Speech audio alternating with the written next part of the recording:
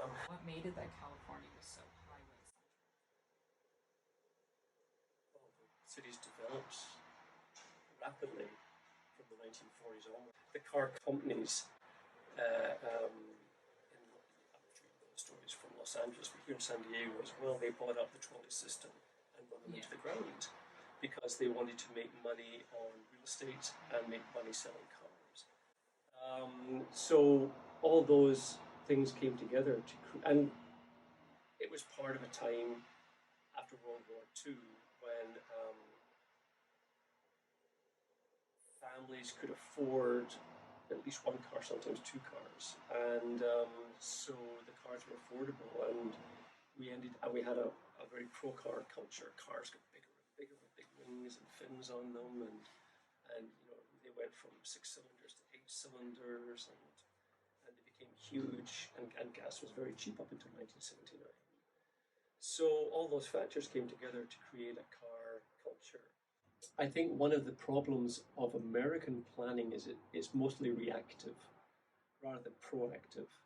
And it's mainly we got a problem, we got to fix it, rather than let's think about the future and how we can plan wisely, which is a bit of a problem also, but I think trying to think of the future and having people who are thinking more than 4 years ahead and when their term as a politician ends, when they're thinking 20, 30, 40 years. How do you think like a large scale change would hurt or help? Like if someone did come in and they said, well, this entire city just isn't functioning well, or this entire community isn't functioning well, so we can tear this part down and we'll build in. That's never worked in the past. Why would it work now? I mean, even the small attempts that, or we've seen attempts of large scale change. Okay, Olmsted and Central Park. Yeah, I mean, time has shown that was very good, but it was controversial at the time. But public housing developments were another large scale change. Putting freeways in was a large scale change that destroyed neighborhoods. I think if we're going to have, I think we should have a large scale vision and a piecemeal development. And it should be a development that's flexible, that's easy to change as the economy and the times change. But nonetheless, it's like not that Chinese planning is good; it's awful actually. But they have a 5 year plan. I think it's a good thing, to plan out. And not that we don't. I mean, most communities have a 5 year plan, but then the plan is not something that they have the resources to actualize. And so, again, our planning in America becomes reactive rather than proactive. And I think proactive is good. I think planners should have more resources and more power to make things happen, and developers should have less power to make things happen, but that's not true. It's the other way around. So my name is Brian Lane. I'm a senior transit planner at Sandag. I've been here since 2005, started as an associate analyst. I work in the mobility division of the land use and regional planning department. And our group really focuses on public transit, including like flexible fleets or microtransit, micromobility. We work with the two transit operators in the county because we funnel a lot of money through Sandag to them. So we have to monitor their services and their performance and send reports to the state and also to the FTA, the Federal Transit Administration. We also manage a Transnet sales tax program. Sandag has one that's a sales tax measure that pays for a lot of different things, including what my group monitors and helps pay for is some of the new rapid routes that have started in the region. Those are paid for out of the sales tax measure. And so our division years ago, people now retired, we actually planned and built and engineered environmental work, those rapid routes, opened them, and then now MTS runs those and we pay them back. And so we work with them to reimburse them out of the sales tax measure that we have here at Sandag. First question, what changes in transportation have you witnessed since you started your career? So, I mean, 18 years ago, there were no rapid routes. The Green Line didn't exist. The Sprinter didn't exist in San Diego. Those were all finished and built in the last 12, 15 years. We just opened Midcoast trolley up to UCSD as well. And so we've been making some huge investments and improvements in the system across the board. I've seen swings though in the opposite direction where the transit operators had gaps in funding because of state recessions or, you know, just recessions and the economy, and they've had to cut services as well and then try to pull back those services. And so we've worked with them to try and help get more funding, things like that. Okay. In which ways have you observed public transit serving as essential components in people's lives here?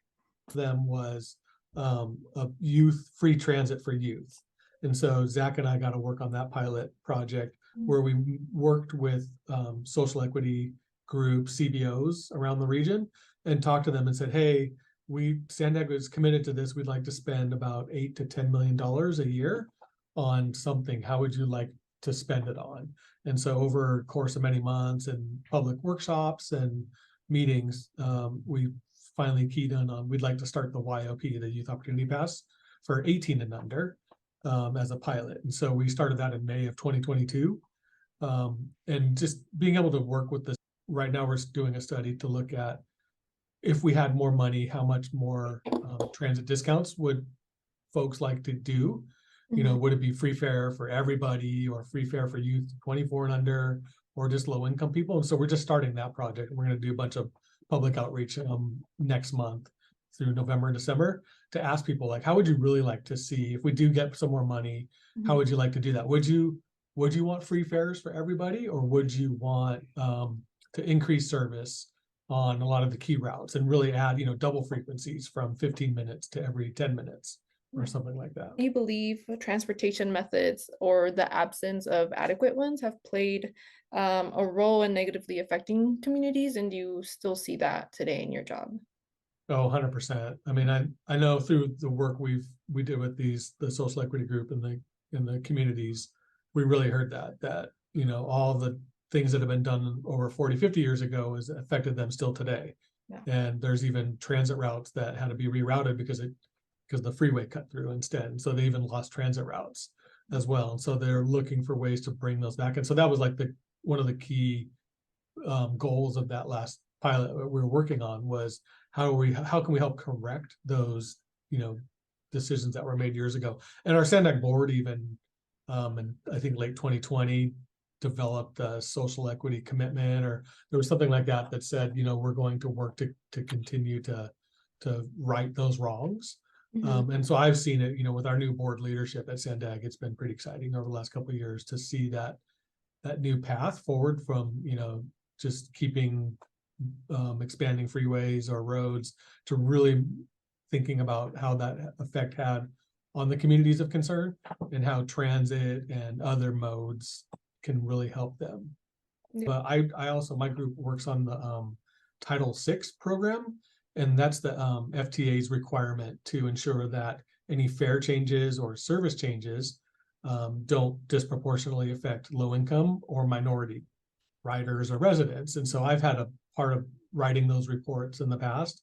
And so I know the laws that we're required to hold ourselves to, and have become familiar with that, as well as, you know, like looking at the, now I can't think of it, the Cal Enviro screen. And then we also, SANDAG's done a lot of great work in actually kind of developing our own social equity maps that's based on low income, minority, seniors, youth, zero car households, and really trying to ensure that when we are doing planning, both for our regional plan, long-term or even shorter term, that we have metrics that show how that's affecting them versus the non-areas that are like that. The shift has really moved from freeway roads transit to more, it's like 2/3 transit, 1/3 highways and roads. Last question. What improvements would you like to see in the community to gather support for the future of transit in San Diego with such big plans that we have?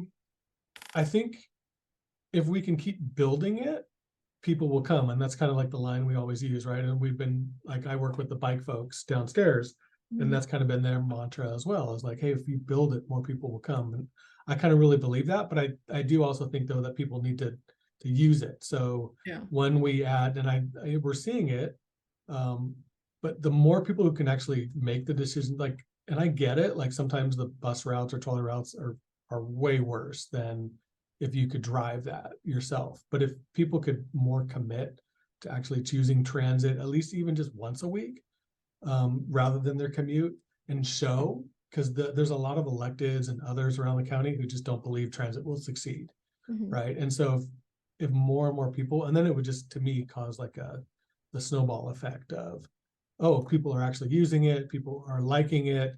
The more people that use transit actually probably makes it safer, because I think, after COVID, it kind of got a little less safe because a lot of less people were using it. And it was, a little different. I've been riding the trolley every day since I worked here, for the last 18 years. And so I've seen the changes over the times, and it did seem to get a little unsafe, but I think people I think the press and the media kind of take that a little too far, and Yeah. it's really not as true. I've never felt really unsafe on transit, but I think if more and more people, like I've loved seeing since school started last month, the ridership is just massively increased on Yeah. trolley, and I heard some of the bus routes, and we all feel safer when there's a lot more people on there, I think. And I love seeing crowds. I know I used to have a seat, now I have to stand up sometimes, Yeah. and that's okay. I don't mind.